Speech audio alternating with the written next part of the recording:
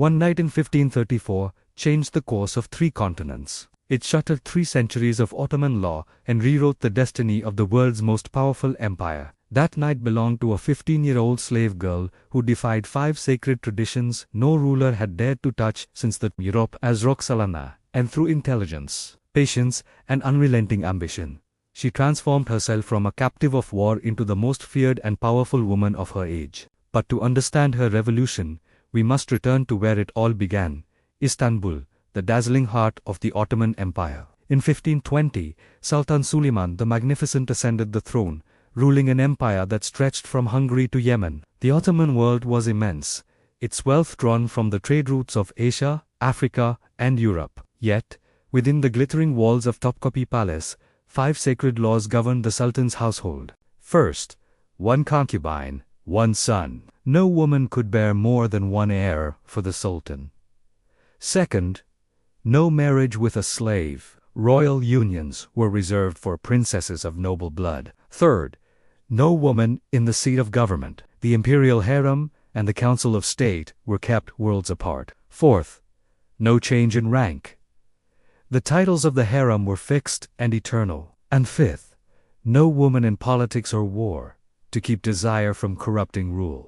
These 5 codes preserved imperial order for centuries. But one girl, born Alexandra Lisovska in a small Ukrainian village, would dismantle them all. At 15, Alexandra was captured during Tatar raids and sold into slavery. In the bustling markets of Crimea, her fiery red hair and sharp intelligence set her apart. Purchased by the Sultan's mother, Hafsa Sultan, she was brought to Istanbul and trained in the refined arts of the imperial harem, language, music, calligraphy, and seduction. Renamed Hurrem, meaning the joyful one, she mastered every rule of survival inside a world where beauty and wit were weapons. When the young Sultan first met her, something extraordinary happened. Suleiman, a poet, scholar, and conqueror, found in Hurrem not only passion but intellect.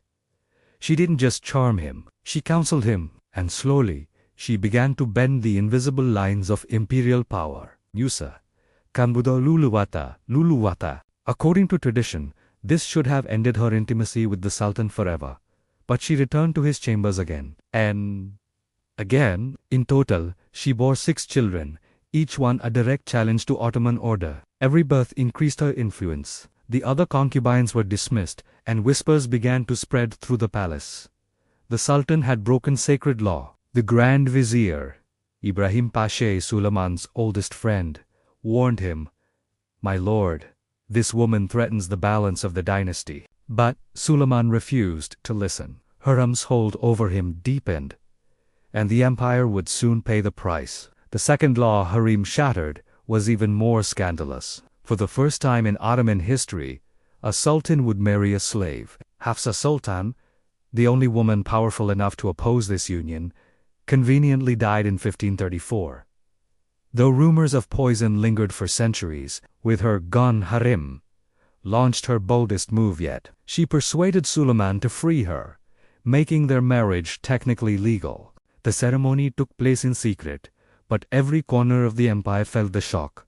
A slave had become empress. That single act redefined Ottoman legitimacy. From that night onward, royal brides no longer needed noble blood, they needed influence. Her third transgression soon followed. Tradition forbade any woman from living in Topkapi Palace, the empire's political heart. Yet, after a mysterious fire destroyed the old harem, Hurrem moved directly into the Sultan's private quarters. Architects later uncovered hidden passageways linking her chambers to the council rooms. Through concealed grates, she could overhear state meetings. Through trusted eunuchs, she could transmit her will. For the first time, a woman had a window into the machinery of empire, and the empire never recovered from it. But Hurrem's fourth defiance was not physical, it was symbolic. She invented a new title for herself, Heseki Sultan. Until then, only men carried the word Sultan. But now, a woman shared it. Her new rank placed her above every concubine, princess, and even vizier's wife. Scholars scoured ancient texts to justify this invention, twisting tradition to crown her power, and it worked. Hurrem's name began appearing in imperial decrees, her seal on correspondence, her voice in matters of war and state. Her fifth and final violation was the most dangerous. Direct participation in governance. Behind marble walls, she built an intelligence network rivaling the Sultan's own. Servants, eunuchs, merchants, and even ambassadors carried her messages. Venetian and French envoys wrote home in disbelief. No decision is made without her consent. Her influence reached from Istanbul to Poland, from Jerusalem to Vienna. In letters still preserved today, she negotiated with kings as an equal. What had begun as affection became administration. A new system historians would later call the Sultanate of Women. But power demands sacrifice. Hurrem's greatest rival was Prince Mustafa, Suleiman's firstborn son by another consort, Mahdi. Loved by the army and respected by the people, he was the natural heir. For Hurrem's children to rise, Mustafa had to fall. Through her network, she forged letters proving his betrayal, correspondence suggesting he conspired with the empire's Persian enemies. In 1553, during a campaign in Anatolia, the trap was sprung. Mustafa was summoned to his father's tent, expecting honor, and met the silent bowstrings of the royal executioners. The Sultan watched in silence as his son was struck. The empire trembled. Soldiers mutinied, cities rioted, but for Hurrem, victory was complete. Her sons now stood unchallenged. From that one forbidden wedding night flowed 5 irreversible transformations. First, the rise of slave wives as legitimate partners to rulers. Second, women's permanent presence within the halls of power. Third, the creation of female political titles, with incomes equal to men. Fourth, women acting as advisors and diplomats openly.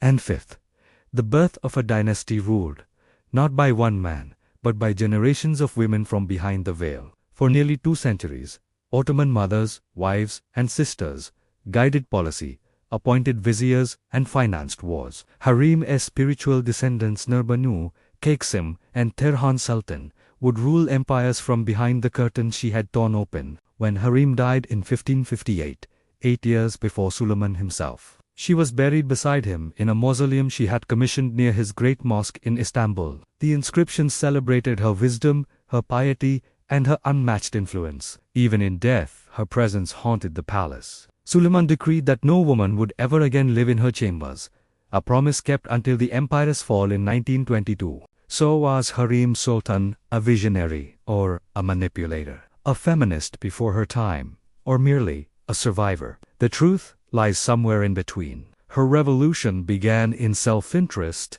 but ended in systemic change. By breaking 5 sacred laws, she opened doors no force could close again. She proved that intelligence could rival bloodline, that a captive could command an empire, and that power once seized does not ask for permission. Hurrem Sultan did not just capture a sultan's heart, she rewrote the rules of empire. Thank you so much for watching. If you enjoyed this journey into the past, don't forget to like, subscribe, and hit that notification bell for more stories that shaped our world. See you next time.